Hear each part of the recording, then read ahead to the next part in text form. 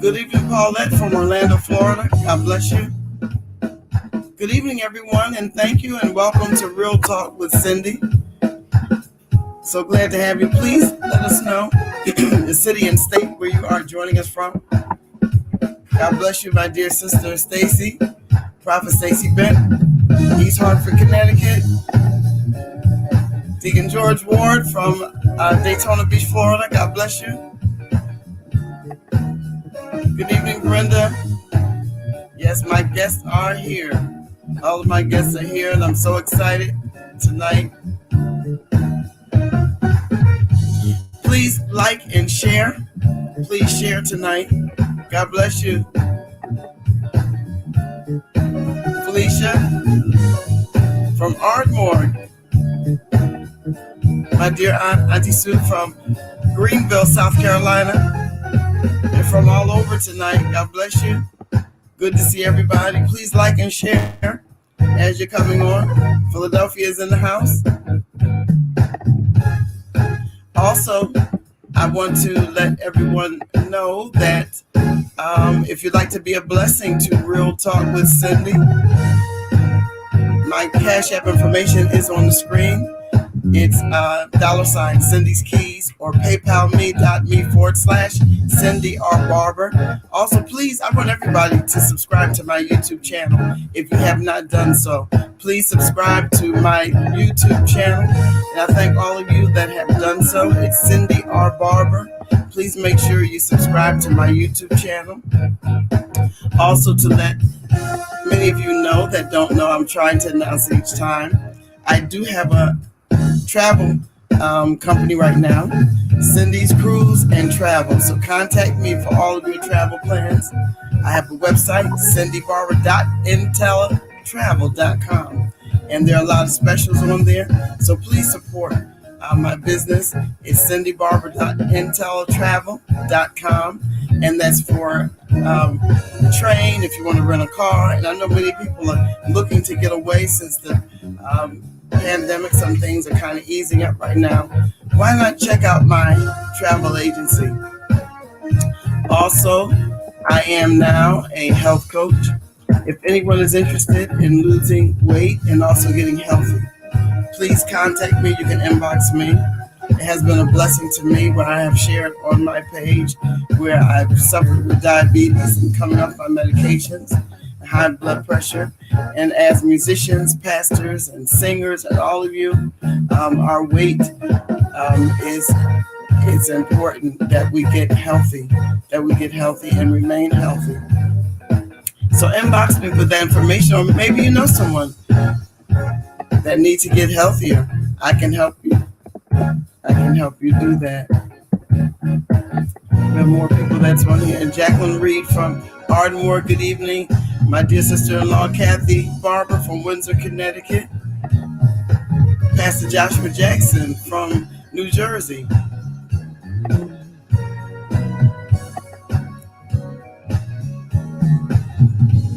We have someone all the way from Miss Wright from Miami. Good evening to you. Good evening. Good evening. Hello. Hello. God bless you. God bless you.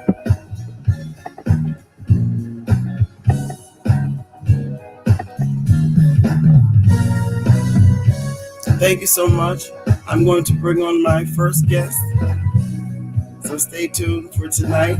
And if you know of any musicians or singers and pastors, please invite them to listen to this very important topic that we have on tonight. Minister Lonnie Murphy, I'm going to bring him on. Good evening, Lonnie. How are you tonight? Good evening. Good evening. How you doing? I'm doing well. Doing well. How are you doing? Good. I'm so honored to have you with me on tonight. So tell us a little bit about you. Oh, a little bit about myself. Yes. Well, I'm a minister of music, and I minister of music down here in Miami, a church called Macedonia Baptist Church under the pastor Lance Bailey. Okay. I'm a minister of music there. I've been in Miami for about a year and a half now. Moved down here. I'm currently playing for another pastor early morning, Dr. Ursula Wright as well. Mm-hmm. in her ministry. I do that. I'm also a playwright. Really? Got some Okay. things. Yes, I got some things in the workings right now. With that, That's I have a play that I wrote called On Reserve. mm-hmm. I'm doing that now. So I'm still getting the feel of Miami, Florida. Like I said, I'm still new here.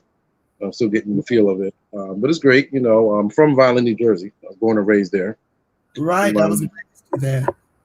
Yeah. So I've been born and raised there all my life. So decided to come down here and start new, you Mm-hmm. know, later in my life. So, but it's going well so far. You know, Praise God. God is Yeah. good all the time. Yes, So yes, He is. also I'm an upcoming minister as well, coming reverend soon. So uh, Amen. I'm working on the classes and everything now, finishing that up, the seminary and everything. So Yes. ordination that'll be later on. So still working on that. But Right. God is good. You know, things is looking very up down here. You know, Mm-hmm. totally different, and a Yeah. definitely different atmosphere. Definitely different environment. So Yeah. Yeah. It's different. uh, But a lot of times definitely. God will plant us in places that we least expect to go to, because Absolutely. that's our assignments. So I'm Yes. honored to have you with me on tonight. And I'm going to bring on my next guest, and we'll be back with you again, Lonnie. Scott Stevens. How are you, Scott? Hey, Cindy, how are you? I'm doing good. I'm so honored to have you with me tonight as well. So share a little bit about Scott. Okay. Um, uh, I'm a preacher's kid. You know what that is? Oh, And my yeah. dad was actually a pastor. So, Mhm. we grew up in church just around music. My mother was his minister of music. And Really? so as I was coming up, I was just, I guess, learning all that I could from her. Mm-hmm. And when I was a little bit older, I began to play for the Philadelphia Youth Mass Choir with Michi Waller and then Yeah. Steve Middleton, Unity and Praise. And we met Yeah. folks like Ty Tribbett and Hezekiah Walker, who worked with the group as well, James Poyser. And so, Yeah. we've been around a little while. And Yeah. currently, I'm ministering music at the beloved St. John Evangelistic Church. Pastor Clement M. Lupton is our senior pastor. And Mm-hmm. yeah, it's an awesome privilege just to be called into music ministry. It really is. It really Yeah. is. And that's what it is. It's a ministry. Now, share with us because your choir has recorded and has done very well. So share with us the name of the CD that's out so we can encourage the people to purchase it. Yes. We recorded a CD several years ago called The Praise Worship Experience. We just released last week our third single from that CD, a song called Jesus, You're Beautiful. And you can get that where downloads are available, Spotify, iTunes, so Mm-hmm. forth and so on. And or just call our church. And if you're one who still plays the regular live CDs, you can stop by Beloved and pick one up for $10. Yes. Yes. Congratulations. That's amazing. It's an amazing CD. I do Yeah, have it. I appreciate that. Hey, Yeah, it's really good. And thank God for you being there. You have a great pastor. I've known him for many, many years, as we both yes, have known him yes. for many years. So I thank God for you being here. So I'm going to bring on Scott. I'm going to bring on my next guest, Dexter Moore. How are you, Dexter? All is well. How are you, Cindy? Good to be here. I'm so excited and I'm so delighted to have you, and I'm honored to have you with me on tonight. So share a little bit about Dexter, who Dexter is. Dexter is just a humble guy from the city of Philadelphia, born and raised in South Philadelphia. Mm-hmm. My mother was an assistant pastor. My father is a deacon and a church musician. He's an Wow. organist. So that's where I get the gift of music from my dad. Mm-hmm. Um, I've been blessed to play for some groups in Philadelphia, the Gabriel Hardeman delegation. I actually did his live recording, The Chief Musician. Actually co-wrote a song with my brother-in-law called He's Prepared to Play for Me on that album. Yes. So I've been with Gabe for years. Annette Hardeman, Charlene, and Paula Holloway. I'm sure you know those fine young ladies. And Yes. Diane Dixon, I see also on this thread. So we're good. That's my people's right there. Yeah. Out of Gabriel Hardeman, I was a founding member of a jazz group called D4. The band that backed up Gabriel Hardeman, we started our own band back in 1995 called D4, D-FOR. And we released 3 CDs, the first being The Gift in 2000, and then we did our Christmas CD originally in 2002. And then our third CD was called Intersection. And we just re-released our Christmas album last December, so you can find that on all major platforms. Wow, that's amazing. And so from that group, I got my taste in jazz, and as you know, I'm a jazz artist myself. Yeah. So I have my own jazz production. I have my own production company called Right Side Music Production. I also have another production company, my partner Michael Upshaw, called One Vision Music Productions. So between my company and his company, we produce mostly smooth jazz, contemporary jazz music with inspirational undertones. And I just released my new project called Good Vibes Always. It's a new album I released in February. And my new single called Good Vibes is being promoted on radio. It's getting spin on Billboard radios as we speak. Yeah. I can't complain. I'm blessed. I'm blessed just to be here amongst great musicians. Yes. And be honored to be in your presence. I'm honored to have you, and you are a phenomenal musician. As all of you that's on here, you all are great musicians. I'm honored to have you. I don't take no credit for it. Like I said, I esteem others highly to myself, and I'm always willing to learn. But I thank God for what God has given me. Thank you for, just the honor of being on this panel. I really appreciate that. I don't take it lightly. I'm just glad you consented to come on. So I'm going to bring on my next guest, and I'll bring you back shortly. And my next guest is all the way from Charlotte, North Carolina, Jonathan McCants. How are you, Jonathan? Hey, I am doing wonderful, Miss Cindy. How are you? Good. So share with us a little bit about Jonathan. Wow. Well, I wear a lot of titles. My main one is Anointed Musicians. I started Anointed Musicians back in 2011, and it's actually going on 1 decade. Actually, April made 1 decade of our company, Anointed Musicians. And then Anointed Musicians actually provides musicians with a lot of job opportunities on playing at the churches, weddings, concerts, funerals, you name it. 9 times out of 10, we can actually go get a lot of gigs on for a lot of musicians.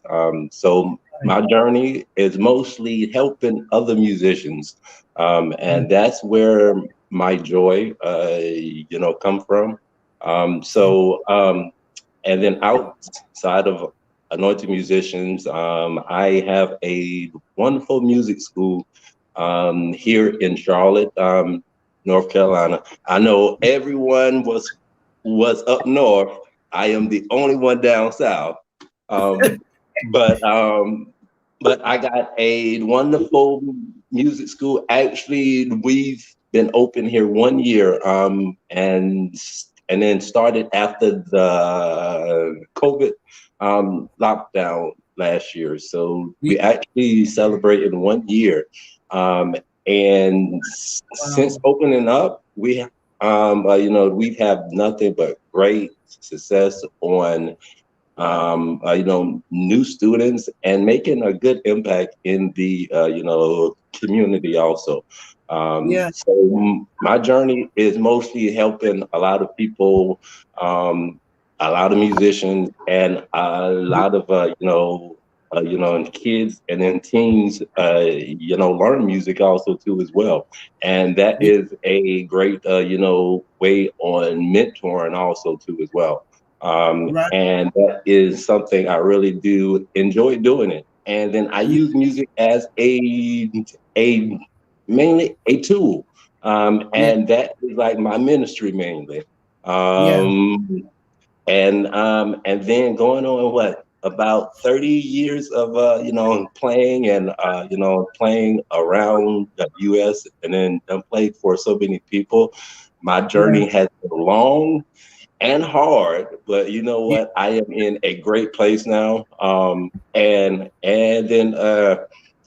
then lastly, I am a great musician also too as well. I do play, but I mostly like teaching now.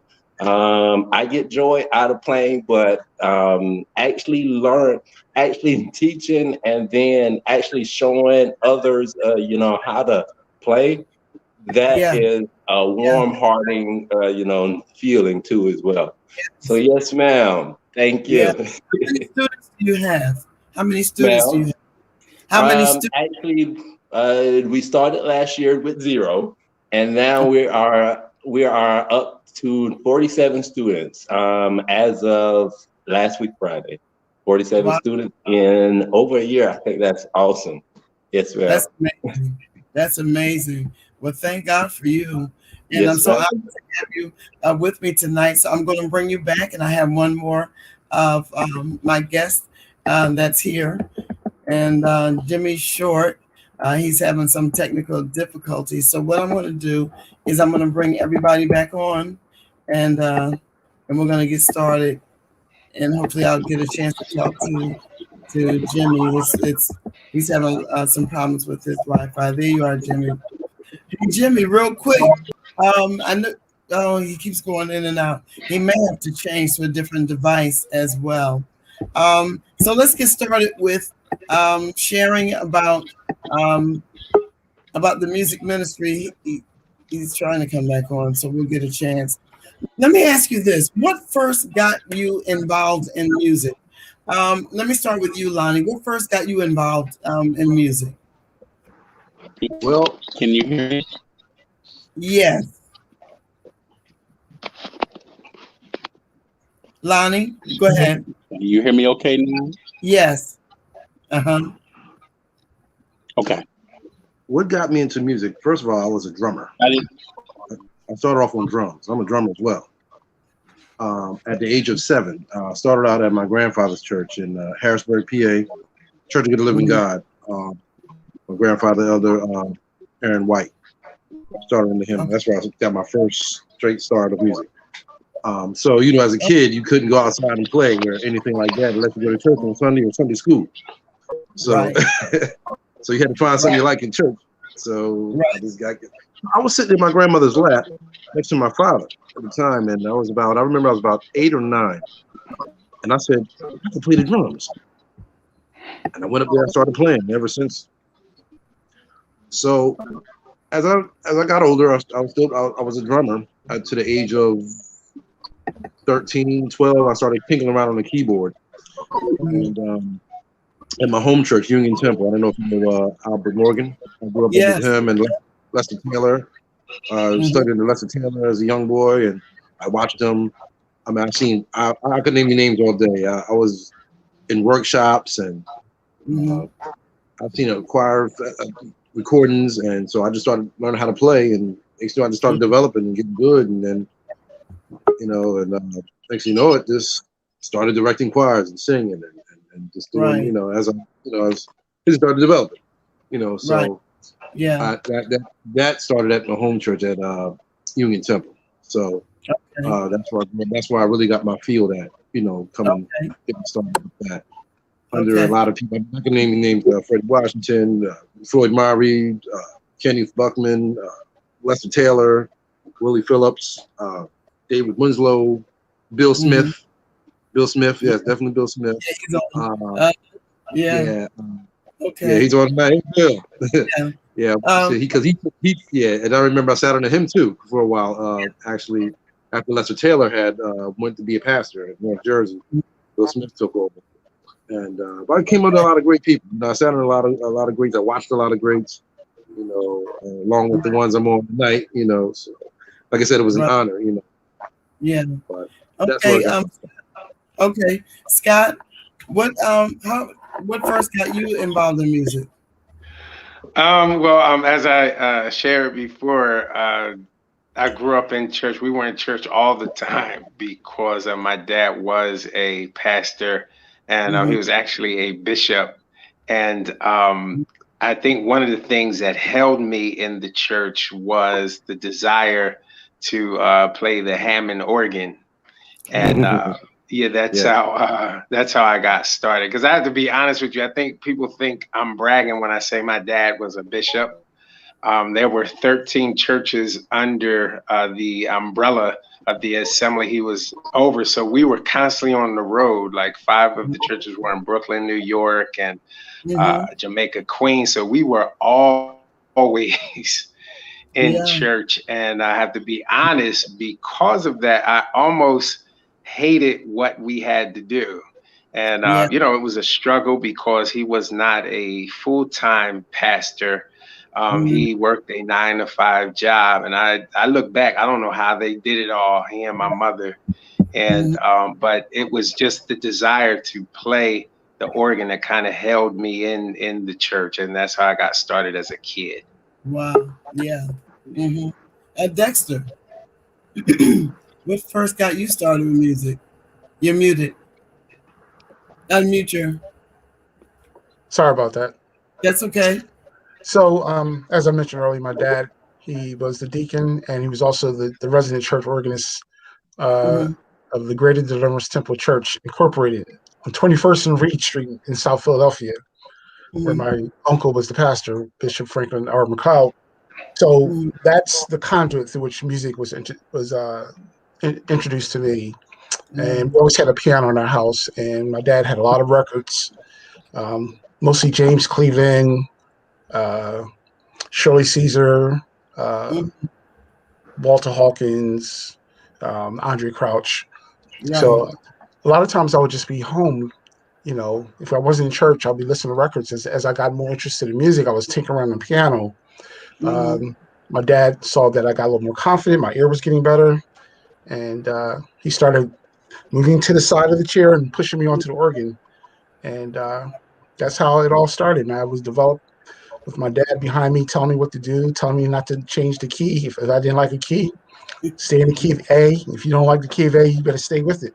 Because he was a stickler. He was a stickler about staying in key. So a lot of my maturation and development as a church organist developed in my ear, especially in a small Pentecostal church. Somebody would sing a song, and you had to figure out what that key was. Right. There was no hiding it. You had to learn that key. Scott, you know what I'm talking about. So that's how that was me. That was me. That was my beginnings. Yes. Amen. Jonathan. Yes. What first got you into music? Wow. I was about 7 years old. I used to go to the church every single Sunday. My mom always, actually kept me in church. I think I was about 7 years old, and then I wanted to be on stage with the other musicians. And then, I used to like watch them and then like air drums and then air, keyboards and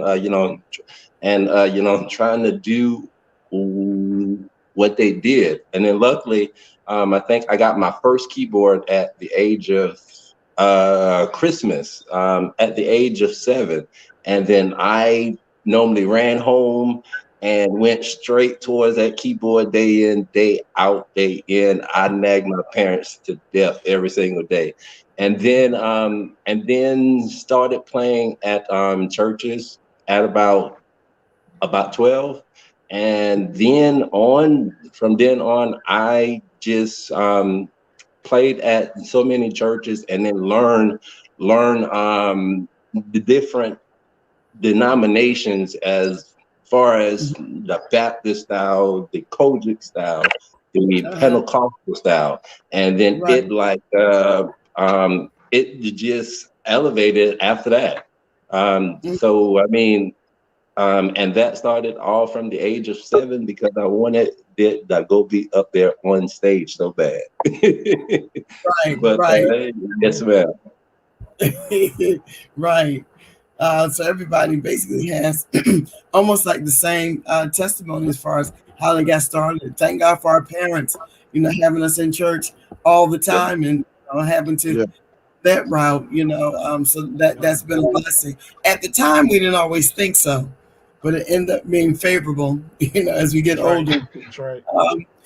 Do you think organists or keyboard players are all considered ministers of music? I hear that across the board. It's like an open thing. So let me hear your take on. Let me start with Scott. Do you think that all organists or keyboard players should be considered a minister of music or a director of music? I do not. First of all, and coming up in deliverance, we were always pushed. It's about our relationship with Christ first. Right. And every musician is not ministry bound, if you would. Some it's a gig for some. Right. Right. Right. Yes. Jimmy, I know you're having some technical difficulties. Can you hear me? What is your take on organists, keyboard players being considered ministers of music? I think he's muted too. Yeah, let me see if I can unmute him. Jimmy, can you unmute yourself? We can't hear you. Okay, there you are. Okay, go ahead, Jimmy. We're good? Okay. Yes, I would say between the keyboard players and minister, there's a difference. Every musician that sit down and play doesn't exactly minister. Some just have the skill to play. But minister music, the atmosphere, they would know how to, I would say, develop and change atmosphere. First of all, set the atmosphere in the church. So therefore, when people come, your microphone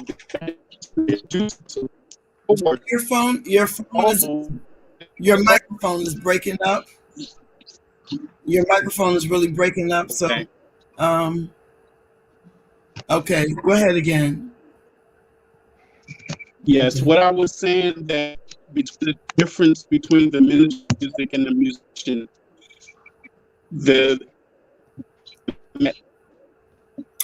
you went out again. Okay, Justin's getting good. I know. Dexter, what's your take on it as far as organists and keyboard? Yeah. Well, Jimmy's back, so to set the worship up, for prayer as well. I would say most keyboard players or say regular organists, some just have the skill, but they don't have the anointing. And that comes with having when you miss music, you have to have prayer life, you have to read your word, you know what I mean? So, yeah. I mean, all the above is being minister, in music. Okay. All right. Dexter, what's your take? Well,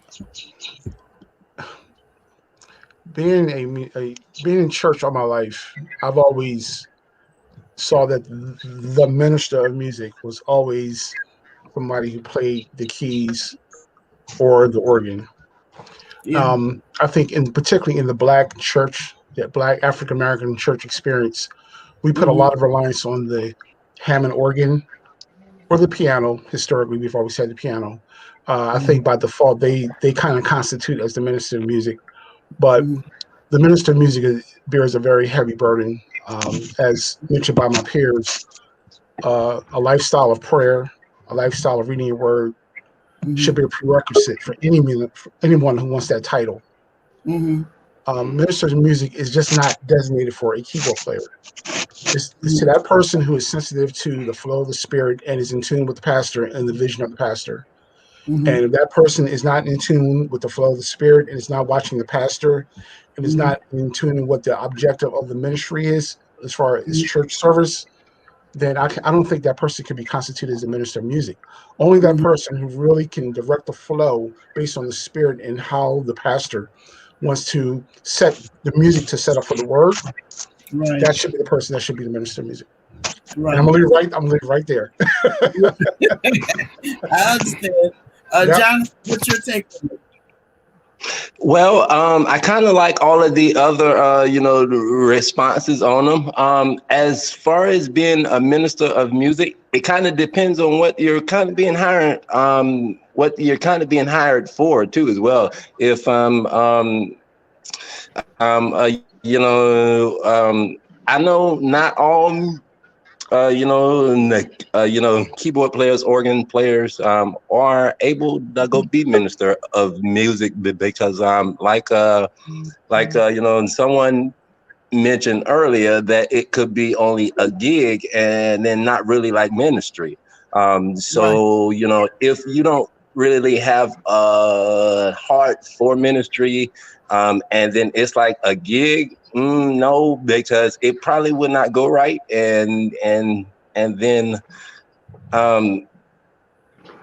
it's mostly on a spiritual level too as well, and not all musicians on that level are probably able to. I know there are ministers of music that are drummers, that are guitar players as well, and then not only are they keyboard players and then organ also too as well. But I mean, but if that's what you are like hired for, then if you can actually do that role, then yes. But if your heart is not in it and you're not like living right, and then you're not listening and flowing with God, don't do it. Sit back and then either go play keyboard and then let and somebody else direct, and you stay in the background basically, but yeah. Because I do find that in a lot of churches, it's not all churches, but a lot of churches, that pastors, because you play organ or because you play keyboard, you're a minister of music. I think a lot of times pastors don't understand what that means. They're looking at the fact, some of them are looking at the fact that to have that title, minister of music, means a lot to them. And then you have some churches that feel like we'll lump it all in one. So we get everything we can out of that one person. They're going to play and they're going to be in charge of the choir. They're going to teach the choir. They're going to do the calendar, all of that. And sometimes organists, that's not them. That's not their makeup. Some of them are just what they are, keyboard players or organists. It doesn't mean that they're a leader. Just because you see them playing, that doesn't make them a leader. And I think a lot of times pastors have pushed musicians into titles that they were not prepared for. And I think this goes with the preparation. If you look at that person's history and they've never been a minister of music, maybe have them sit with somebody. If you feel that God is directing you and you feel like that person may have a calling in their life, have them sit with somebody that has the expertise in that field. And then, that person would tell you if this person kind of, is ready for it or not. But I think a lot of times it's a great thing for some pastors hear that title. I have a minister of music, or this is my minister of music. And that minister of music deep down within is saying, I'm really not. I'm just an organist. I just like to play with the band. Or I just like to play for the choir. I don't want to have to be, over everybody, because it encompasses a lot. It's not just sitting there on Sunday mornings to play. That's what they look at. There are a lot behind the scenes. And I know, Scott, you're a minister of music. There are a lot those of you that are ministers of music, there's a lot of behind the scenes that goes with it. You know, it's just like a pastor. Exactly. You know, you look at him just there preaching, but he deals with a lot behind the scenes. You know, so that's the same thing for organists, for a minister of music. This thing is you know, they've got it kind of mixed up to where, you know, one, it doesn't fit everybody. Yeah. And I think I want somebody, that's when they tend to leave. Dexter? Yeah, I just wanted to add that, you know, aside from the spiritual component, you know, the skill, it has to be there. You know, you Absolutely. know, you have to have the skill. I mean, without the skill, then how are you able to, you know, learn so many songs and then able to tell a bass player or drummer or a guitar player how to play their parts respectively and honor the song the way it should be honored. Right. And sometimes a minister of music may not necessarily be a singer, but he or she should be in tune to what is being sang. And if what the band is playing is not coalescing with the singers, then that's where the leadership part comes in. Maybe somebody's overplaying. So Right. you have to have great ears and be very sensitive to not only what's being played in the pit, but also what's being sang in front. Because at the end of the day, the message needs to be heard, and we're just accompanying them. Yeah, absolutely. You know, and I think a lot of times they look at that you know, to see that person on that organ or that keyboard. Oh, you know, this is, and that's not, you know, for them. And that sometimes that's why musicians end up leaving, because you put them in a category that they're not equipped for. It's just like a minister. You know, somebody, the pastor said, "Well, it's time for you to preach," and you don't even feel that you have a calling yet. You know, and they put you in that vein, and next thing you know, you're gonna leave it because, or backslide or something, because you feel like it really wasn't me, and I'm trying to explain it to the pastor, but they, you know, want me. They feel like, you know, so it's a lot of things with that. Yeah. Henry Hall, he's a pastor. He says, "When awesome musicians you have here tonight, a wealth of talent, skill, and experience represented here. Much honor and respect to all of them." Thank you, Henry. God bless Thank you, Henry. Thank you. Bless you, man. Bless you, man. Bless you. Yes, and he's a pastor, and also he is a recording artist as well. So I do think that, you know, some things, you know, you just have to really pray, and like you said, they have to be in tune. But do you feel that a minister of music can be someone that does not play? Do you think a minister of music can be somebody that basically just sing? Or do you think the job of a minister of music should be a person that plays and can teach parts? Or do you think that a minister of music could be someone that is not a musician? What's your take on that?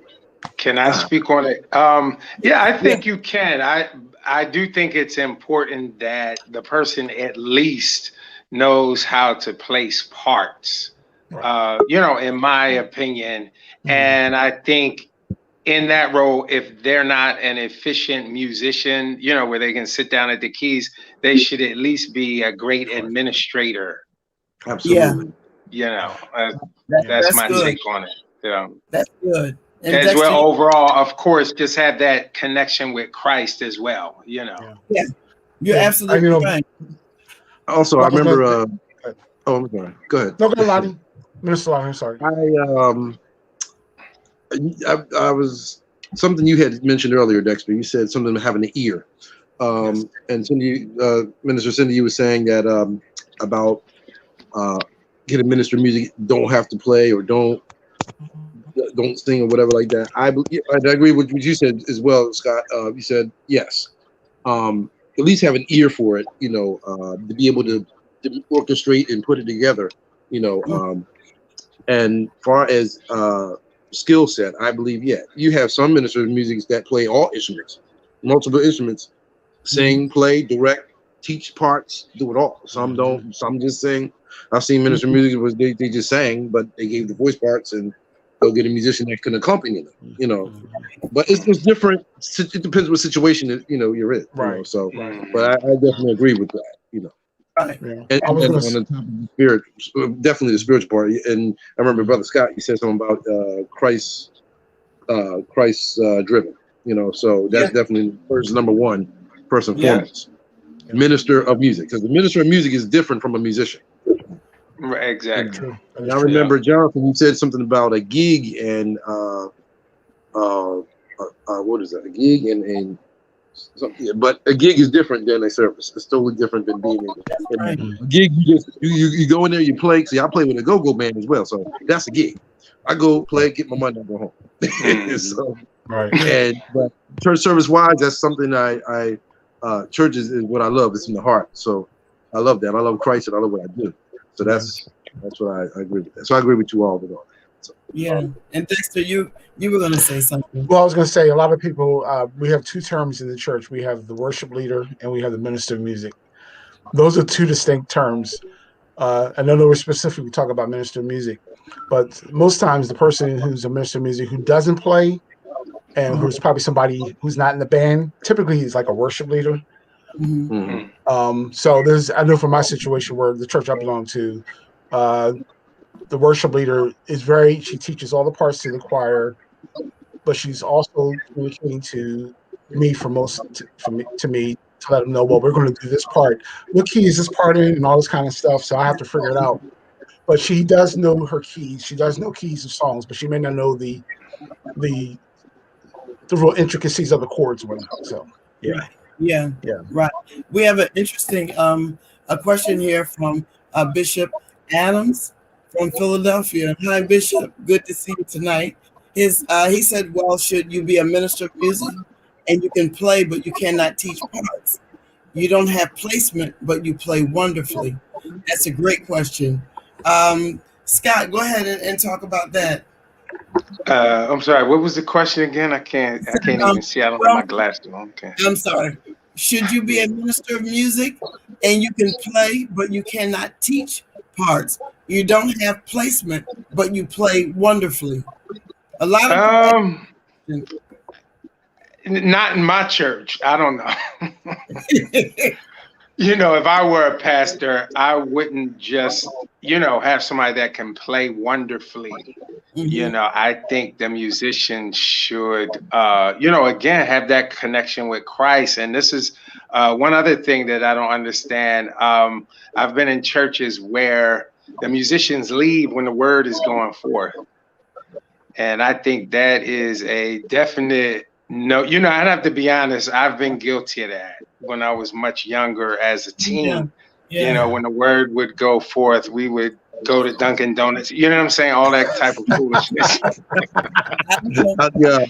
Or at Deliverance sometimes, he's over to McDonald's. You know what I mean? Like that kind of foolishness. But I feel like musicians should really be entrenched in the word. It's that pastor, minister of music connection that is so important, and that word that is just the life of the church and the life of what we do.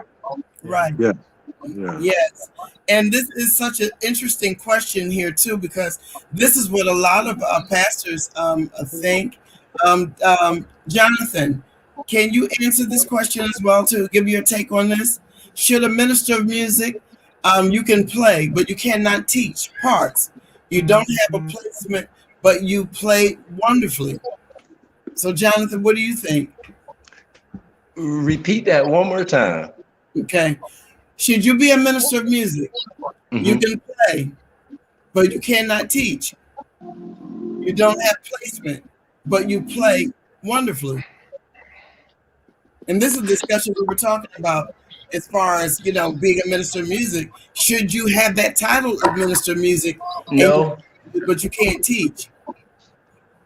No, I would think that would be a keyboard player or the organist, not the minister of music title. Because I think the main role of the minister of music is really to direct and teach also, because, you're kind of over like the whole music ministry. And then if you're not, good at, teaching a big old 20-member choir or a praise team parts, they're gonna go be looking at you for directions. And then if you can't go lead them, then they will go be lost.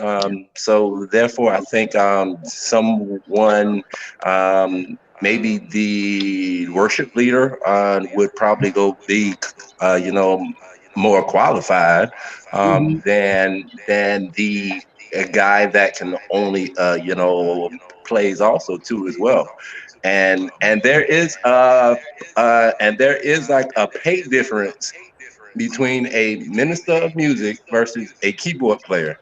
Um, um, so I don't think a keyboard player deserves a minister of music, in salary if mainly if you're not doing everything that a minister of music does. And then all you're doing is playing, then hey, you go get a whatever the salary is on that keyboard player. But Yeah. if it's a minister of music, hey, you deserve it. Yeah. Okay, Jimmy, what's your take on it? Should a minister of music who can play but he can't teach, should he be considered a minister of music? Well, I have to agree with all what the other brothers have said, because being the minister of music is part of your job. That's just the bottom line.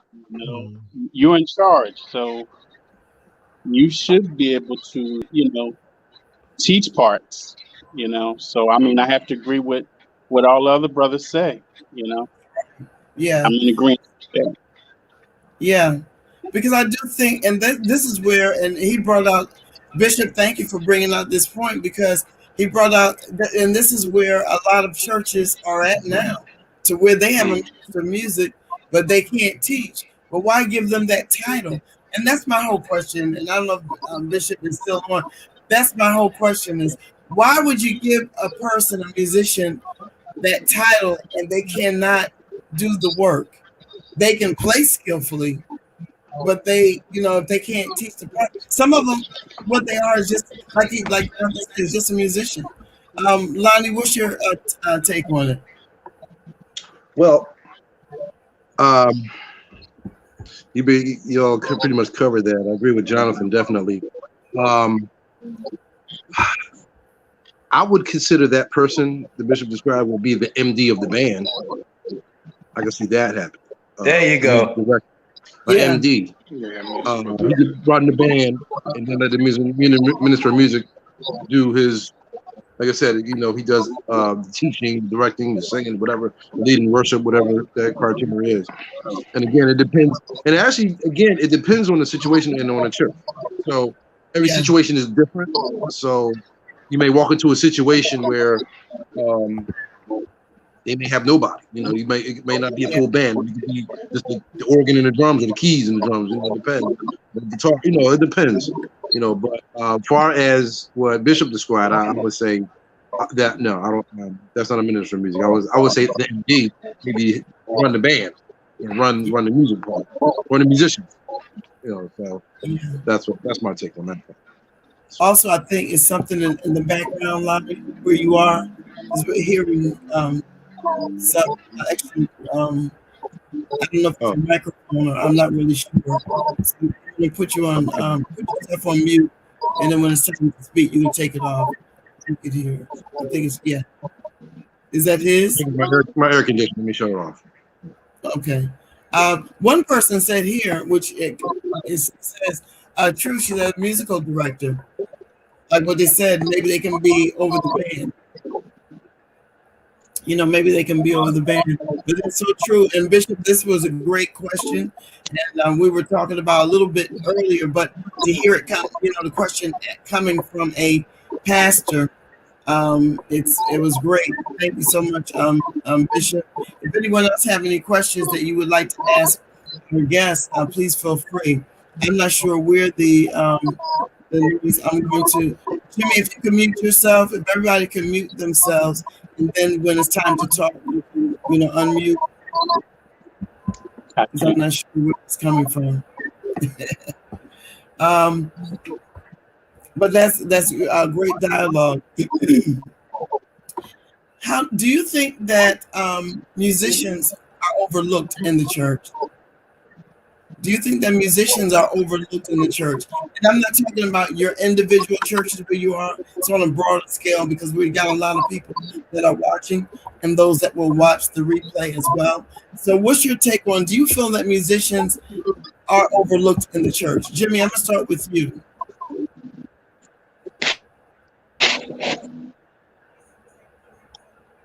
Yes. Okay. And why do you say that? Can you hear me?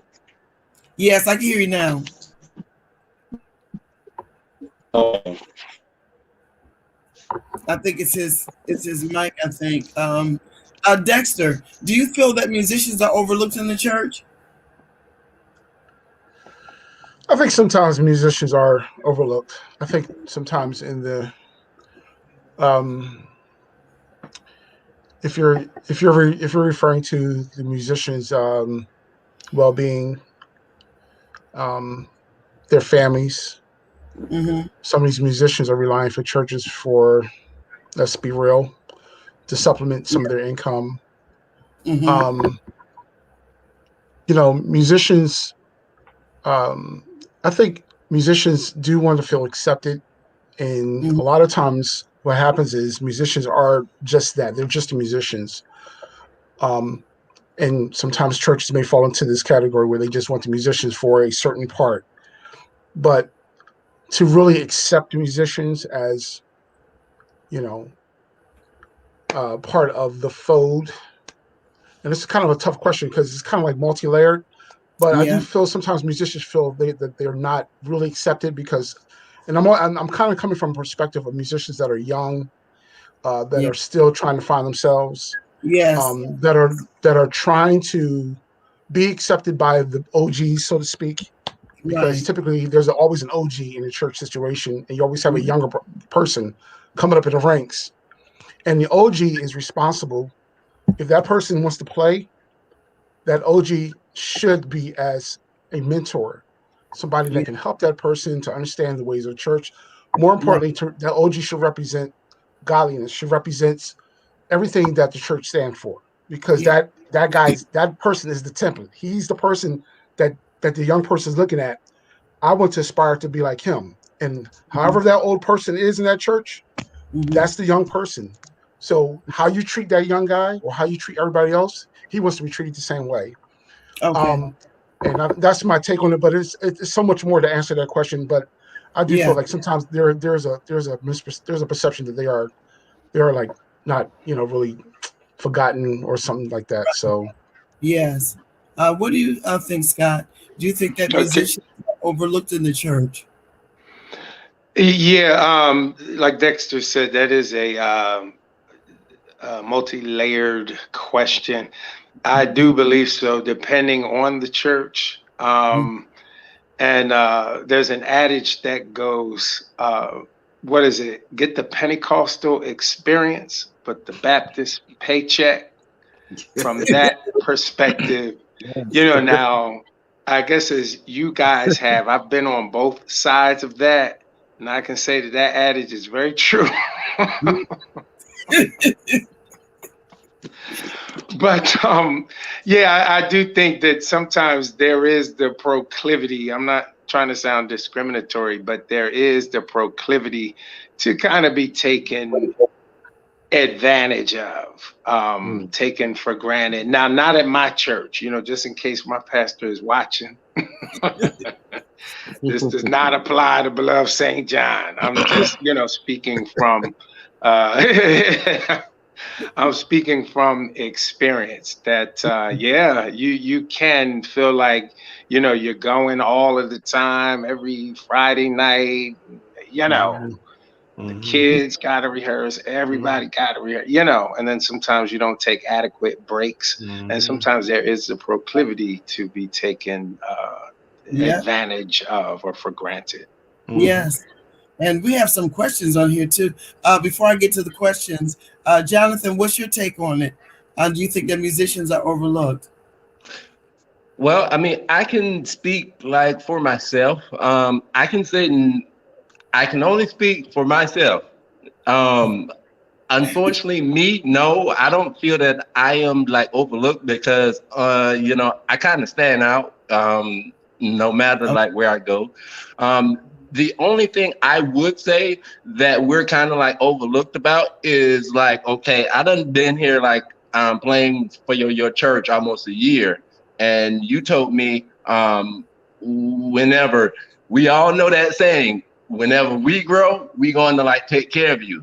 Now, I done been playing here 1 year, and you done got about 75 new members, but my check is still looking the same. So then, therefore, I say, as far as whenever a church is like building and they got like more members, then more members, and they say, hey, okay, mainly about raises. I don't think they're really fair on raises on musicians. I think my whole entire time of playing, I may have got maybe 2 raises after like playing. I mean, at a church, maybe like 3, like 4 years straight. But as far as our salary wise, I don't think we're treated fair. Good after being committed to a ministry, and then um our job, the description, probably like increasing, but our salaries are not, but our responsibilities are still, you're asking for way much more than it was last year. Yeah. So as as far as salary wise, I think so. But as far as like everything else, being overlooked, I don't think I've been overlooked. But I mean, we are there. We're basically there. The go minister. Yeah. So we're all one big team doing that same mission of trying to go get other people saved. So me, a pastor, the ushers, the worship leaders, the deacons, whoever, we all one big team. So I mean, if there's like a lack, we all lacking on that Sunday, and we got like a bad service. So then I think it's like all one big team, as a church, doing the exact same thing, and that is about saving souls. But yeah, I mean, that's only me though. Yes, Right. ma'am. Yes. And I have quite a few questions, and there's some good questions here. Let's go back to, do you think someone would like to know, do you think the minister of music should be a singer to be effective in ministry? Scott, what do you think? Not particularly. I mean, it is a plus, not a must, but That's good. not particularly. Yeah. Okay. Yeah. How do you think? What do you think? I agree with that. Not particularly. It'll help. But I would say not really, because you may have singers in your praise team. You may have singers in your choir, like your sopranos, your altos, and tenors. So you may have a lot of lead singers that takes that riff off of you. So that burden, I wouldn't say burden, but that it would take that part off of you. So I would say, no. I would say no. You don't have to. Right. Have to necessarily sing. At least, like you say, you can carry a note. You don't have to be a Barber and Sap or so like that, or at least hold a note. But something simple. But I don't think that's have to be. You have to sing, or Dexter, what do you think?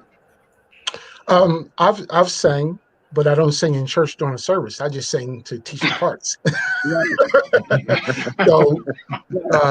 So I, I've gotten many snickles when I do try to sing, but it was always in a rehearsal situation, and I'll leave it at that. But I'll let the pros do the singing, as long as I have an ear and I know what needs to be sang. I'll make sure that happens. Yeah, but, yes. And because I feel the same way. It doesn't necessarily, just because a person sings does not make them a minister of music. You know, just because a person plays does not automatically make them a minister of music either. And here's another question, Jimmy. Can you answer this question? Do you believe a minister of music should be a member of the church that they serve in? What do you think, Jimmy? This is a good question. Good one. They throwing it on us tonight. Yeah, Jimmy, can you hear me? Jimmy? I don't think he can hear. I don't know if he's frozen. Jimmy, can you hear me? Take your microphone. He went out again. Lonnie, what do you think? Well, that depends. That depends on the church, the situation. You have some churches that'll hire you. They may require you, like Brother Jonathan said earlier, being Christ-driven. They may have criteria. That depends. That depends on the church. Because I know, first of all, commitment comes with it all. First of all, being a minister of music, period. So let's put that out there. That's commitment comes with Christ and the rest of us. But far as being a member, I've seen situations. Actually, I've been in situations where I was a minister of music, but I wasn't the member actually. But I was actually hired as a minister. Right. That depends. I really can't. I don't really have an answer for that one, but that depends. That depends on the situation. Now, if your heart is led to be there, and the Lord deals with your heart to make that your church home. Right. Okay. Yeah. But far as do they have to be at, depends on the church or whether if they require you to be. It depends if you're if you're there all the time like that. It depends on the situation as well. So that depends. I would say that depends. I'll leave that at depends. I'm gonna leave that at that. Because it does depend, and I do think that there should be, if that person is not a member of that church, it should be criteria for that new minister of music who may not want to be a part of the, to join the church. Maybe they are at a church already, and you ask them to come over to help you out to serve as minister of music. I've been minister of music, over like 40 years, and I'm telling you, it's been some situations. A lot of them, I was not a member. I helped them, and some of them just automatically called me minister of music because they knew my reputation as being a minister of music. And even though I was a member of another church, and I've been in some situations to where, wow, I could possibly be a member. I really like this church, but I didn't end up joining. So it really depends. It really depends on that person. I think it depends on the skills, the maturity, so I think that has a lot to do with it. But I do think it should be some things maybe in writing for them, maybe some guidelines as to this is what we believe, this is what I want, because a lot of times, you put a person in a position and you haven't even gone over instructions with them. It's like it's open. Here, this is the choir rehearsal on Tuesday and Thursday. I need you to be here on Friday nights. I need you to be here on Sundays, morning. But it's never anything really to go over, some structure. And then even knowing the vision of the pastor, what way they want you to take vision, and then you may have vision. And we're going to talk about that too. Kevin Pope says, the more seasoned musician is all in. The more seasoned musician is all in. Most of the young musicians are just there to collect a check and never really be all in. And that's true. And here's some more. Bishop Adams says, sometimes overlooked, underpaid, and disrespected. But sometimes so are other leaders in the church, inclusive of the pastor. but we need to correct our wrongs, fix them, and do what the Bible says. Respect people and their gifts. Pay them what you promise. And if you can't pay it, don't promise it. Mm. Mm. I At agree. 100. Yeah. Mhm. Very, Very. very great statement. And here is a recording artist, a musician who has his own YouTube channel. He's a phenomenal musician. If you ever want to follow Samuel Talbot, he says musicians, minister of music, or pastor who is better gauge of what music could be sang by the skill set of choir. Oh, that's a question. Musicians, minister of music, or pastor who is better gauge of what music could be sang by skill set of the choir. Are you asking if it should be a musician, minister of music, or pastor who, I guess, lets them know what song should be sung by the set of by the choir? Maybe you can elaborate a little bit more, Samuel. Does anybody want to answer this, or do you need some more clarification? I would answer it, but I'm not really like understanding it. Yeah, A little bit, but not really. yeah. I'm Samuel, thinking he's saying. I'm thinking he's saying. I think he's asking who picks the better. Who's better at picking the songs that should be sang. I think yeah, that. Well, first of all, let me say this. Everyone should be in tune. First of all, let's go back to the spiritual part. We should be in tune with God. With all that. In fact, the minister of music should be in tune with the pastor. I would say that in a way they should be in tune as well, because you want to always correspond with his message as well. You have messages sometimes. All right, like after he's done preaching or closing, whatever we call it. You may want to do a song that kind of match the message a little bit. So I would say to say that, I would leave it at everyone should be in tune. If it makes sense. yeah. And I'm not I trying to understand the question, so I'm hoping that. Yeah, I got a different take on the question. It seemed like he wants to know who's better at assigning or picking the songs based on the skill set of the choir. So if you have a choir, let's say you have a older choir, Yeah. I don't know, I'm not sure. Yeah. Who is better at picking which songs for that particular skill set? Right. Obviously, you wouldn't teach maybe a more contemporary Kirk Franklin song to that choir. If first of all, if it's even appropriate for the ministry of the pastor. Some pastors are more open to doing a little more contemporary music than traditional, Sunday morning music. So you have to really feel the temperature based on that's where our minister Lonnie was like, you have to have a relationship with your pastor, because at the end of the day, all roads lead to the Word of God. Yeah. And generally, the ministry at this point in time, when people come in, they want to get the experience. Yeah. So the experience should all be focused and all be Christ-led to the cross. And if you pick songs that is not like really, really led in that direction, and is not what the pastor is envisioning with his word, then that's where it all starts. And then from there, you can start making, okay, what songs do we have based on this choir? Yeah. And then you start making those decisions then. Those decisions, yeah. Yes. Right. Yes. Right. Now, here's a question here from, I think she's a pastor, Pastor Morris. Yeah, I know Pastor Morris. Yeah. Yeah, that's my sis. In Delaware. Should the minister of music make the same or more than the pastor? Should the minister of music make the same or more? Really, sis? You gonna do that? I go first. Go ahead. Who said I'll go first? I go first. Okay, go ahead. Wow.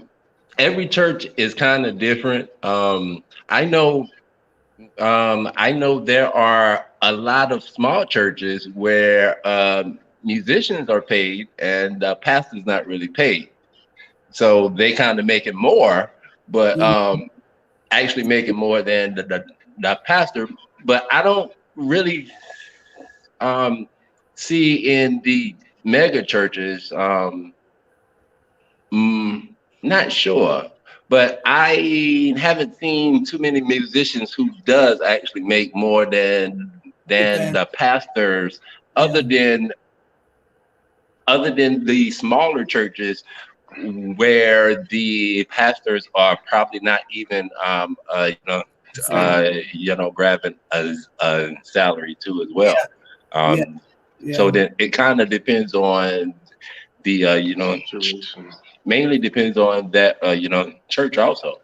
Yeah, because I even heard Bishop Jakes say when he started out, of course he was playing too, but when he started his ministry, I guess I don't know if it's when he moved to Texas or where it was, and he was saying he was paying a musician out of his pocket because he knew how important it was, where he wasn't really, I guess, getting much, but because that musician was vital to the ministry, he paid them out of pocket. Of course, everybody can't do that.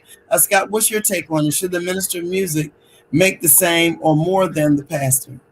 I don't know. I don't think they should make more. I think the pastor really bears the brunt and carries the burden of the overall life and health of the ministry. You know what I mean? As far as visiting the sick, running the everyday administrative task and or staff that he has hired. I think there's his job is much bigger, I feel. Again, every situation is unique. Now, again, to the point with smaller churches, maybe, the pastor is not accepting a salary, so whatever he or she gets goes to the musician, in those situations, but I don't think they should make more than the pastor. And Pastor Morris, I agree with Scott. I really don't think, I know there's different like Jonathan was saying, the size of some churches. But I really don't think, because it takes away, and especially if they're making more and the musician know that they're making more than the pastor. Some musicians' egos, to know that I'm making more than that pastor, so I should have a little bit more say so. But I really never think that a musician should really make more than the pastor. That's my personal take on it.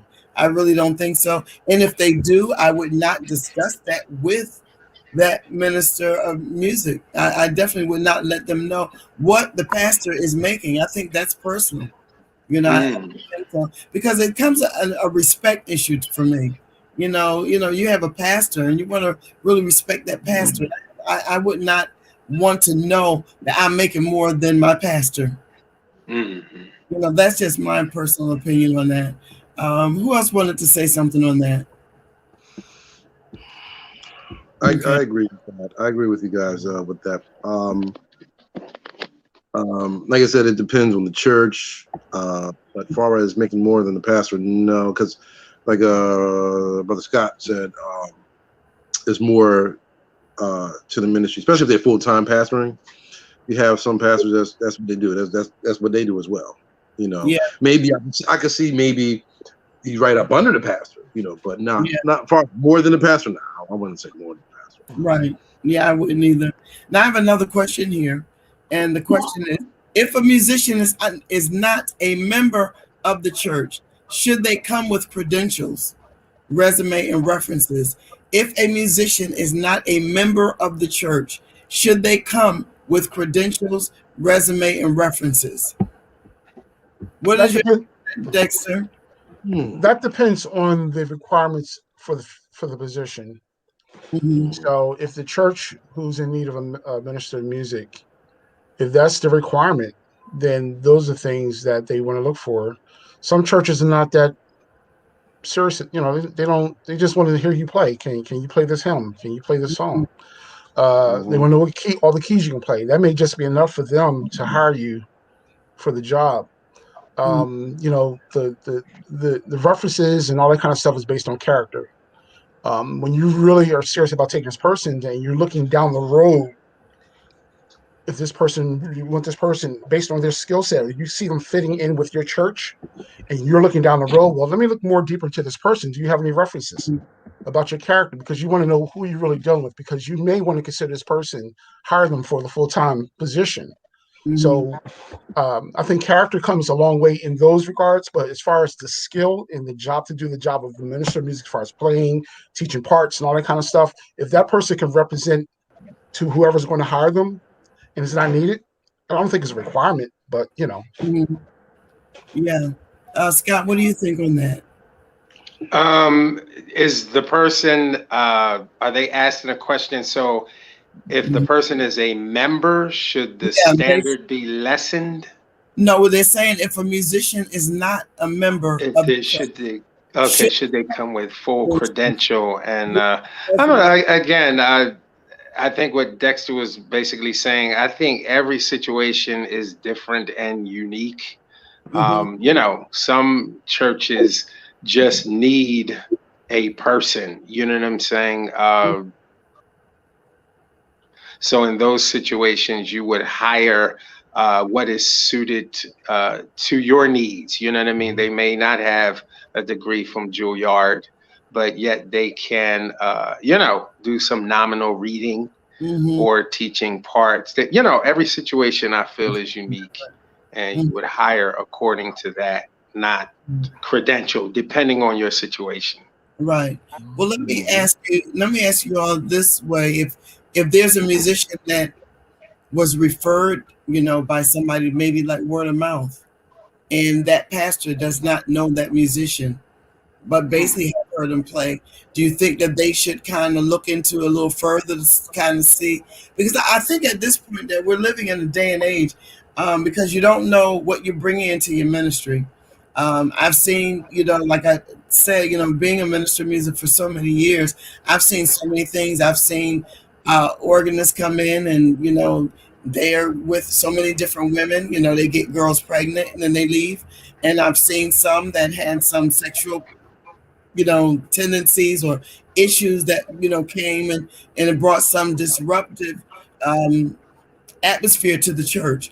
Do you think that we should kind of know, or the pastor should know something about who they're bringing in? Of course, yeah. That's in line with scripture says, know them that labor among you. And I feel like it's important. You should know, you know, you should know. You just said the word. That word was right there. Yeah. Yeah, you definitely should know. I think, because I've seen some churches go through musicians because they didn't know what they were getting, or they got somebody that was recommended and it just didn't turn out good. And then you get some that come in and you may not, like Dexter said, get their credentials, everything, end up being a nice fit for that church.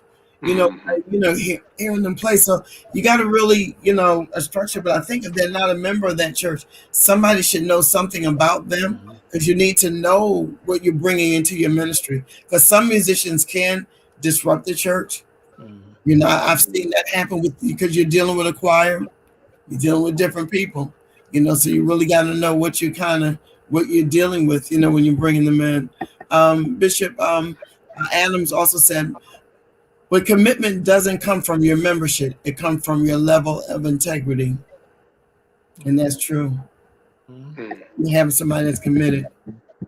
And we have another question here. I don't know if let me see where. It's so many questions. I think I've, and a lot of people are making comments. Okay, Samuel Talbert. He said, with today's technology, a musician can interview via FaceTime or Zoom if a committee hires. And that's very true. So would you, as a skilled musician, this is from Michael Upshaw, musician. So Mike. Okay. That's my dude. Came from God, not play in the church if you're not getting paid. Has music in the church now become money before ministry? So the question again is, so would you, as a skilled musician whose gift came from God, not play in the church if you're not getting paid? Has music in the church now become money before ministry? And of course, you know, we've heard this question, and I'm sure y'all have heard it down through the years about musicians getting paid, you know, in the church. So what's your take on musicians getting paid? Let me start with you, Lonnie. What's your take on that? This is a question that we hear over and over and over and over. Minister Lonnie, what's your take? Well, wait a minute. Let me get my pen. Throw some questions at us tonight. Yes, you should get paid. I will say this. I'm trying to repeat that first part of the question. As a skilled musician whose gift came from God, not play in the church if you're not going to get paid? Would you not play if they told you weren't going to get paid? Would you still play in the church? And has music in the church now become money before ministry? Okay. No. Me, I can speak for me. I would still play in the church because that's where my heart is. That's where it was instilled in me, and that's what I love to do. I have a love for God, so that I believe that there with that part. Because I'm sure God will put you in a situation where you will be taken care of. Yeah. Where there you go. Now, you will be taken care of. Now, being taken care of, God taking care of you, and being taken advantage of is two different things too. So, yeah, I can see if a church has a heart. Now, I've been in situations where I've done favors. I've been gotten paid and did favor, and I just helped out. Yeah. And the church had a heart because I know they would do it. They was good for it. They had it. Mm-hmm. And they struggled. That depends. Like I said, that depends on that situation, on that too. But for me, I can speak for me. I wouldn't stop playing at the church. No, that's something I do. I love. That's right. But like I said, the Lord will make sure that you were taken care of. But stop playing totally in the church. No, I wouldn't say it. No. Yeah, Jonathan, what's your take on it? Well, I can tell you from the anointed musician standpoint because I deal with thousands of musicians. Trust me, they call me all the time. Yes. So musicians, they're normally, if you go call a musician and then ask that musician, hey, can you play? What is that musician's first question? How much is that gig paying? That's normally like their first question. Yeah. And then I run in the musicians a lot. I know a lot of them, their first question is always, how much is it paying? You don't know nothing about what's going on, the gig or what time the requirements are, nothing. You just want to know what they paying. And that normally tells a lot about their character and then whether they have a heart for ministry or just I need that dollar right now. Like me last year, and this I will go be very transparent about. I went from last year earning almost $1,000 playing at multiple churches in 1 week down to making $150 per Sunday. And I am talking about right now. And then me, it's not about the money because when I played, I made it. And then when COVID came in, I trusted God, and I mean God took care of all of my needs. And then when it was actually time to go play again, I did not mind playing for $100, $50. Me, yes. But and then it's like I love playing. And then I, mainly have fun playing. And then it's not about the dollar because I still make plenty of money outside of church. And then that is not my main resource. And then, I trust God on basically all of my, financial needs. And then now I can play and then not worry about, okay, what am I making? I can accept less and then still be happy. And then all of that I lost, I still get back in blessings. Totally different ways.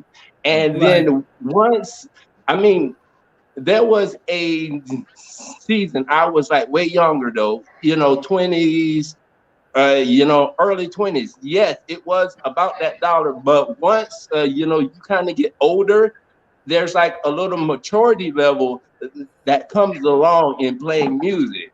And Yeah. and then whenever it becomes a part of you, and then I mean, you can play and then not worry about getting paid for it, or I'm not playing unless you paying me $300 or whatever. It's not about the it is not about the money.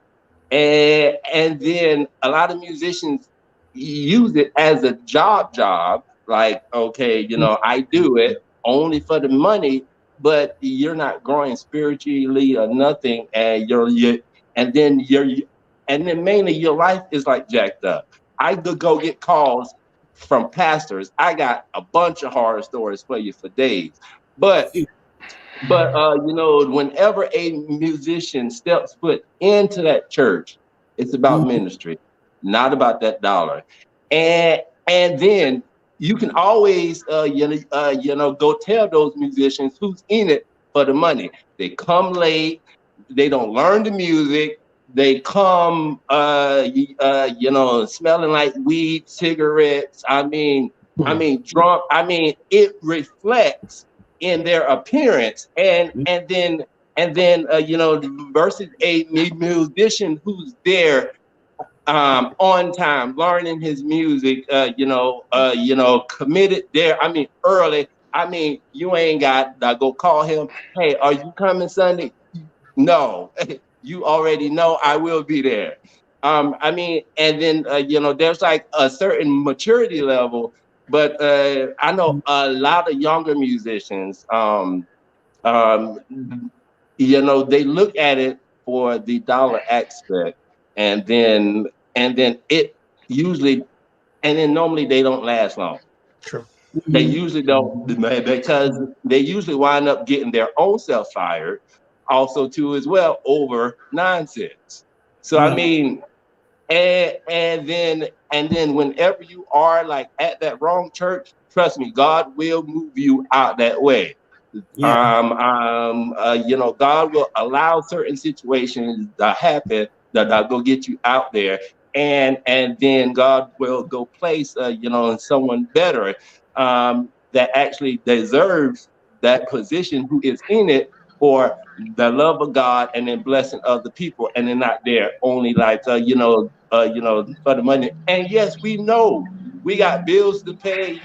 Yes, but that's why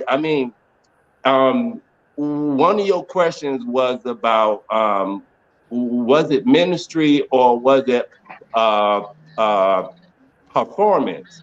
And you got to know the difference between, okay, I am doing a gig at um, at a at a at a concert. There's like the different level. It's not really ministry then, but you still go get that's more so of a performance versus doing ministry. Now a gig is a gig. Okay, it's like one time. Okay, I'm gonna go play. It's only a one time, and we usually go get that one time gig mistaken, because that one time gig, it can land you so many other gigs too as well. Because you never know who is like in that audience watching you, and they like, you know what, I like him, I'm gonna call him. And then that one gig actually multiplied in the like other gigs. Well, a lot of it it comes. it varies. It depends on the situation, but I don't think there's nothing wrong with a musician getting paid. No. I don't see nothing wrong with it, and that leads me to my part two question: is we notice we know that there was a musician that everybody in the world basically knows, Paris Bowens, and a lot of times, what do you think about? And a lot of times, musicians don't have health insurance, and they don't have. They're playing in churches full time, but they don't. The churches don't give them health insurance. What is your take on people that don't, or church or musicians that do not get health insurance? Should it be the church's responsibility for the church for that musician to have health insurance, or be able to, should it be the church's responsibility if you are a minister of music? Dexter, what do you feel about that? You know what? I really can't speak on this issue because I'm not really employed full time for my church. But I do understand musicians where this is actually this is what they do. They're ministers of music for a church, and this is all they do. Right. I don't know how they're going to support themselves, other than the fact that this is what they do. And the church says, "I want to hire you to be my minister of music." Mm-hmm. Being an employee, we have the so-called independent contractors and all that kind of stuff, and churches they 1099 musicians. You know what I'm saying? So in that case, you're on your own. Yeah. So that's a very sticky situation. But I can't speak for myself because I don't work. I don't play full time for a church. Right. And I'm not employed, but I play for a church, but I'm not really per se their full employee, so to speak. Right. Scott, what is your take on it? I feel just to even tag in with the other question, scripture says if a man doesn't work, he doesn't eat. Mm-hmm. I feel like all work is commensurate with compensation. Like this is what we do. This is what God has called us to do. Some of us full time. So I do feel like it is very important for us, who are entrenched in ministry. I teach as well, nominally, a high school choir, but I do feel like it's important that there are health benefits. I feel like it's very important. Like when you're running with a ministry and you're out there every week, if you get sick flat on your back, I feel like it's important. Again, just like any other job, this is a job, it's a job, though we love God and we are called of God. God provides for us. And I feel like it's important that those things are in place. Right. Because I even find a lot of musicians will hit the road, to make extra money or to make money.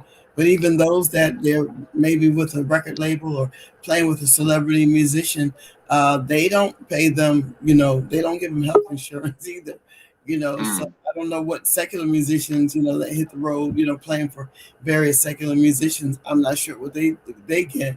Lonnie, what's your take on as far as health insurance as a minister of music or an organist at a church? Should the church be responsible for that? Yeah, I don't see a problem with that. Especially if they have it, if they're a ministry that can do it. Yeah, sure. Understandable. It depends it depends on the ministry, the situation. Right. But yeah, I don't have. I'll go for it. Yeah, it would be nice. One person here, and she says, and it makes sense to me. She says, if a church does not provide health insurance to a full-time minister of music, then the compensation should be enough for them to acquire it. That's good.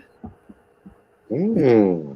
And a lot of times, even in the church, we don't really hear enough said about, people getting health insurance, life insurance. And, you see a lot of GoFundMes and things when a person passes or something like that, because they didn't work full time and they didn't get the benefits. But if a church can afford to give them extra money and even talk to them in reference to, try to get some health insurance, or I can recommend somebody for you to talk to get health insurance, life insurance, if you don't have it, especially if they have a family. Another person is saying, you are self-employed, therefore it's my responsibility to make sure I'm covered. A lot of these musicians are making good money, so they should be able to get coverage. Yeah.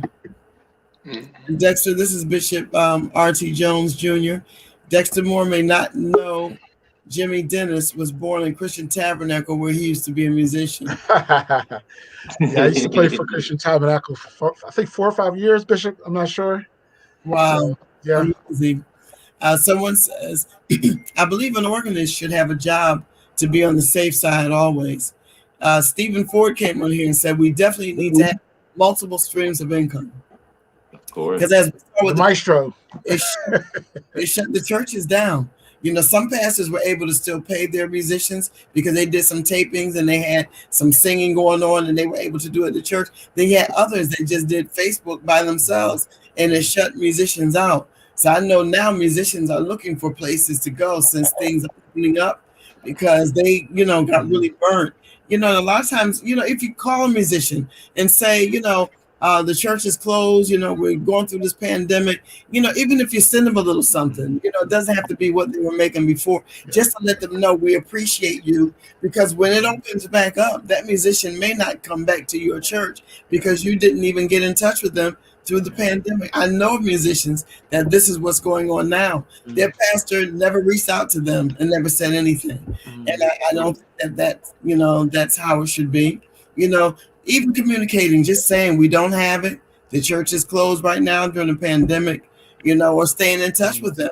That goes a long way with communication. But also you definitely need multiple streams of income. Yeah, I think if I had to interject with Professor Ford, you know, I think that musicians do have a skill set. They can be songwriters. They can get into music production. I do music production. I'm a songwriter. Yeah. You can be a creator, you know, and I think those are one of the multiple streams of income that Dr. Ford was talking about.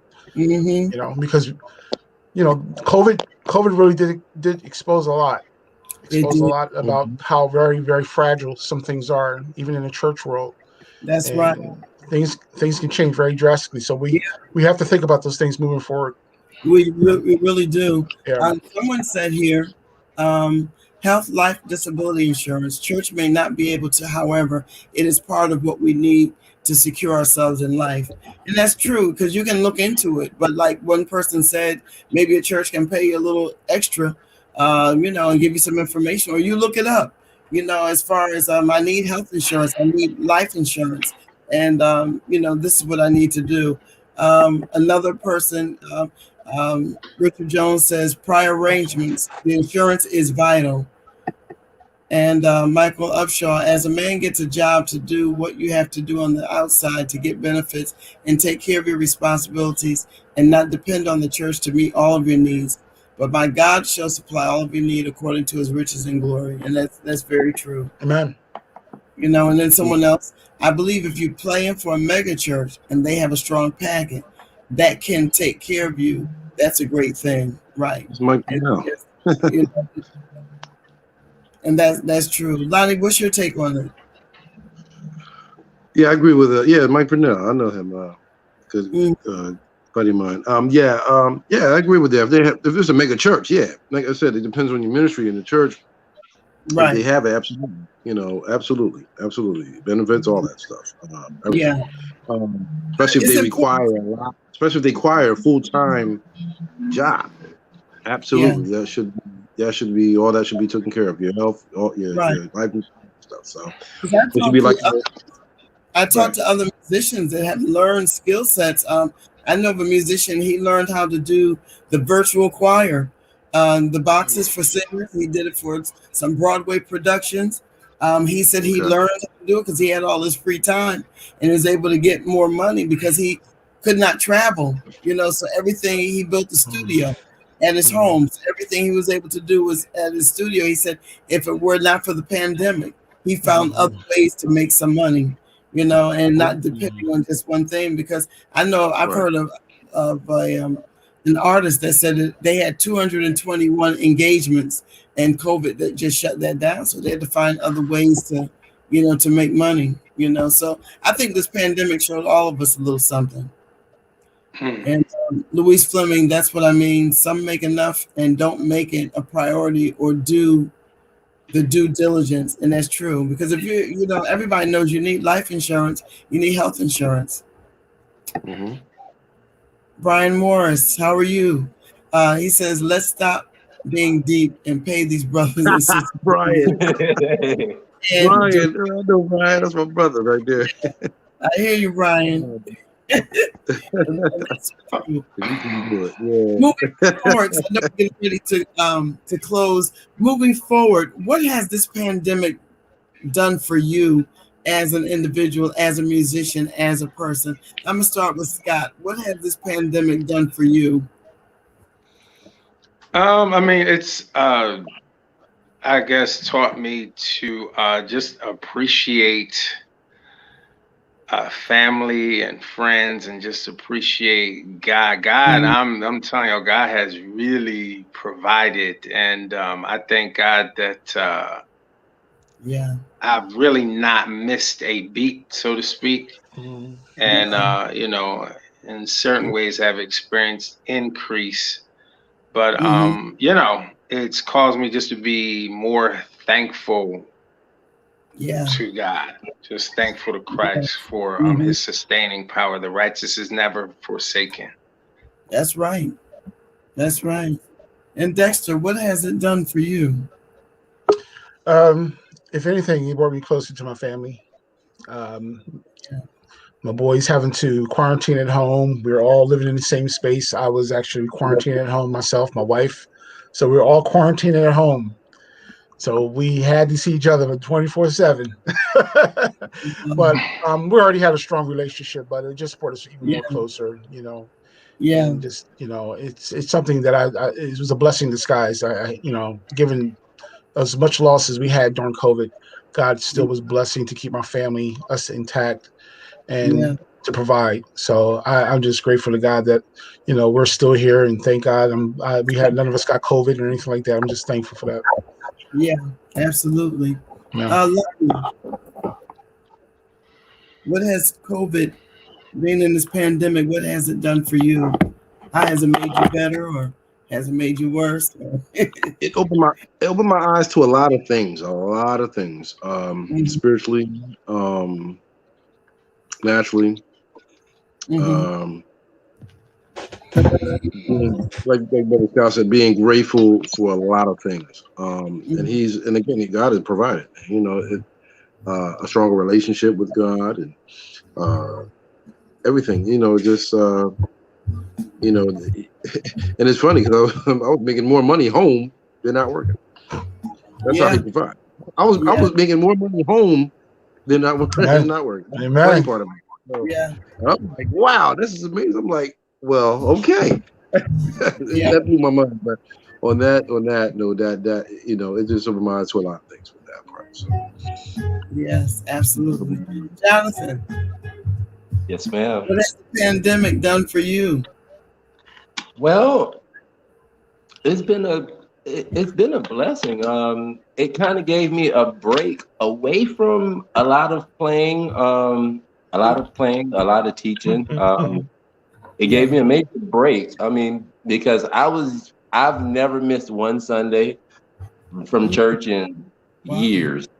And then actually not playing for a good, like, you know, 6 months. I had time to work on business, family time, be you know, creative in you know, doing other things outside of music too as well.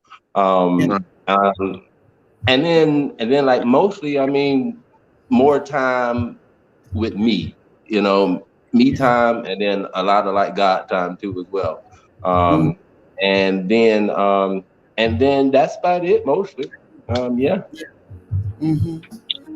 Yeah, I think for all of us, it has, like the scripture says, I've never seen the righteous forsaken, you know, and I think all of us have experienced that, to where God, even though we had a pandemic and we lost a lot of people, a lot of musicians are gone, but we're still here. Yeah. God has provided for all of us, because it's been an overwhelming, you know, with so many deaths, you know, with people that we, you know, didn't expect, you know, to die, and God has called them home, but He allowed us to still be here. And I just think, you know, very thankful, you know, for it. And people are still commenting. But I want to say thank you to everybody, to my guests tonight. Thank you. We're going to have to do a part 2 of this. because I think it's more people that were free enough to ask a lot of questions and had some concerns on things. And I definitely in the fall would like to bring you guys back and we do part two. Sure. Really share again, with others. I think it's important to people to know what musicians think. How do we feel about certain things? So I think that's important. So I want to do that. And I want to thank all of you that are watching, those that will watch the replay on YouTube and also on my Facebook page, and those that will watch the replay days and weeks that will be ahead. And also, if you need to refer back to this, some things maybe a pastor needs to see this, maybe a pastor needs to hear this, at least let them know about it. So I want to say good night. I will be back on Thursday night. I have some important guests that will be on again. My schedule is booked all the way up until September. And I thank God. Wow. All right now. That's great. Yes. I have interviewed since March of 2020. I've interviewed over 100 people. Wow. Congratulations. Awesome. Yeah. Yes. Yeah, A lot of artists, pastors, and just a lot of great people. And I thank God for what he's doing, what he's going to do. Damon, God bless you, Elder.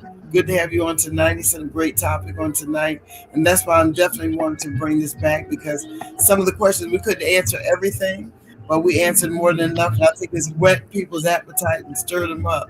So I'm going to bring you guys back. So I want to say good night to everyone and good night to my guests, and thank everyone for joining. And please watch me. I'll be on Thursday night with Elder Chris Graham from Philadelphia, Pennsylvania. He'll be joining me on Thursday night. So good night to all. God bless you. Have an amazing week.